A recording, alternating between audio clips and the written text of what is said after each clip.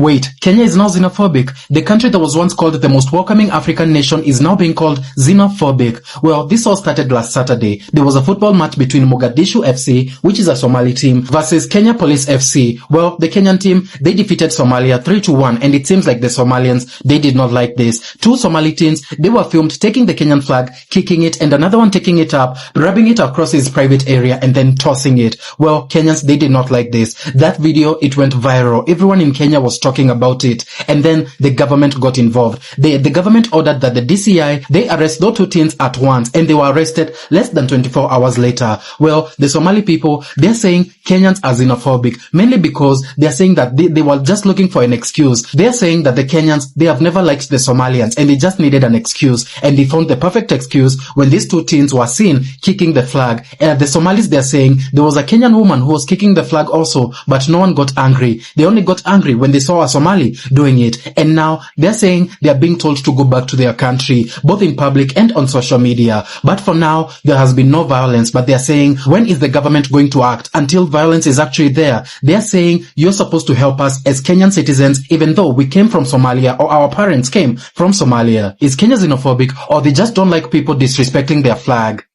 Before we get into the xenophobia discussion, I want you to watch this video and then you'll tell me what you think about what this girl is saying. I hope you're doing well wherever you're watching me from, and if you're watching me for the first time, my name is PP on the Run, and I do make content analyzing politics in Kenya, South Africa, and the rest of Africa.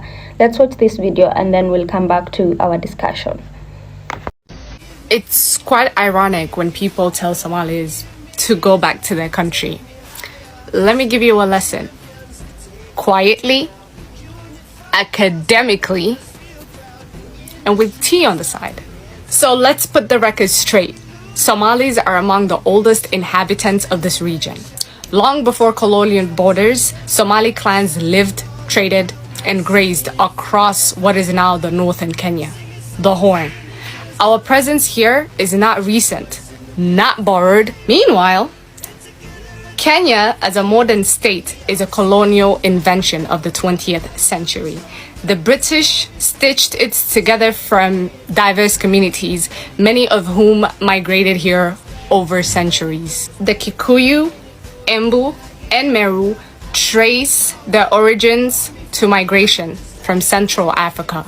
The Luo came down from the Nile region of southern Sudan. The Kalenjin and Maasai are linked to movements from the Nile Valley and North Africa.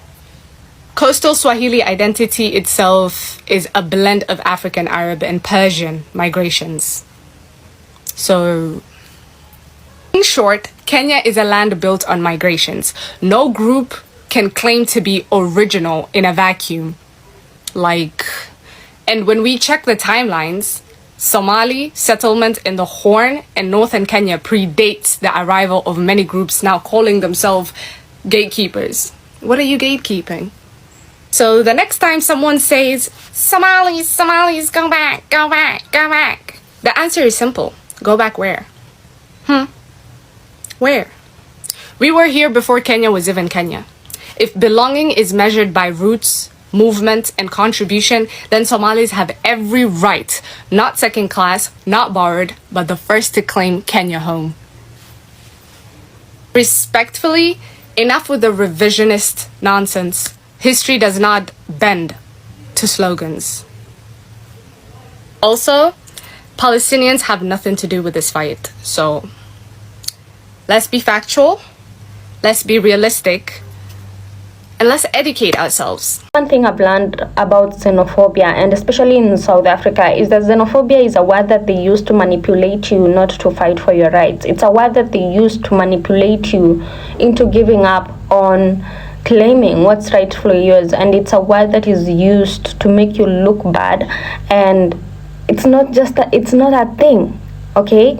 It's not something that should make you even feel bad, because these people, the people that start calling you xenophobic, are the people that are actually demanding to stay in your country without respecting you. And for this case, Somalis. And when we started talking about Somalis going back to their countries, we were not talking about the Somalis that occupy the northeastern part of Kenya and the eastern part of Kenya. We were talking about the Somalis that have no Kenyan citizenship, but they feel so entitled to do whatever they want in Kenya. We're talking about the Somalis that have fled Somalia to come and be in Kenya. First, they came as refugees, and now their friends are coming and their relatives, and they think they have a right to do whatever they want to do because that northeastern part of Kenya was identified as a Somali region, and they once suggested that they want to be part of Somalia, but Kenyatta told them no. And there is so much hate that comes from Somalis towards the Kikuyus, not other tribes of Kenya, just the Kikuyus, because they believe that it is Kenyatta that told them that they're not going to be part of Somalia. And right now there are maps going around that Kenya was not even a part of, Africa. There was just like Somalia, Kenya was a part of Somalia. Now these maps are convincing them that they have a right to do whatever they want to do in Kenya. If you don't have a Kenyan citizenship, just shut up.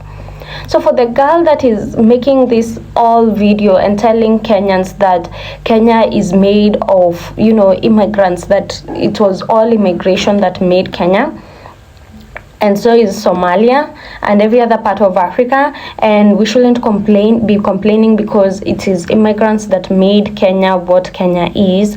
I want to tell this person that immigration is something that has been in the history of Africa all through, and all countries in Africa, they're not just made of one people. They're made from people that were just immigrating all through. For the rest of Africa, people have been immigrating. But now we found ourselves in this situation that white people put us where they created borders for us. And when they created borders, they made promises such like those that were made to the Somalis. And that era is over. It's over and you have to move on. It's over because at the moment you identify as a Somali of Somalia, you have that citizenship. You are not a Kenyan. For the Somalis that are Kenyans, we are completely okay with those ones, and they can say whatever they want, they can do whatever they want, as long as they respect nationalisms, just like every other Kenyan that can say whatever they want, they can do whatever they want, but they have to respect the flag, they have to respect the government, they have to respect every other thing that is done in Kenya, they have to respect the constitution. But for those Somalis that fled into Kenya, those Somalis that are coming to Kenya for businesses, and every other Somali that thinks they can do whatever they want, but they don't have Kenyan citizenship, those are the people that we have issues with, and we think they should go back home if they don't want to maintain that peace. And what I'm learning right now is Somalis are not interested in keeping the peace. They are really not.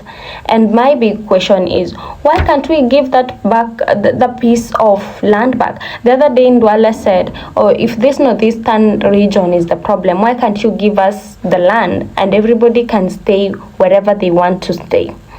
While the Somalis are busy hating Kikuyus, Ndwale himself is living in Kiambu. That is a Kikuyu region. So if we give you that part, because now there is this map that you guys have made it so famous and you're showing us that this is the area that belongs to the Somalis. We give you that area because you claim it's so big and the other parts of Kenya, it's just a dot. Why can't you take it and make it productive? Because that region is very unproductive. And everybody else that's sent to work there, they always fear for their lives. But why? Because some of you are terrorists. I am not even over the phobia of Westgate attack. I'm not over the phobia of Garissa attack. And you want us to believe that those people that are coming into Kenya from Somalia have good intentions? You want us to believe that?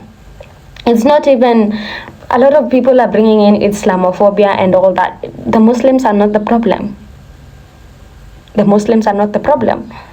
The problem is how you people are taught that this is the gun and this is how you're gonna use it on people. Every little misunderstanding, you have to remove your gun. That is not how we are taught in Kenya. And you have to take that back to Somali, because we don't want that. We don't want that. And I really wish Kenya could have just given you that part of the country that you really want. I wish you were given that part. We wouldn't be having all this chaos right now.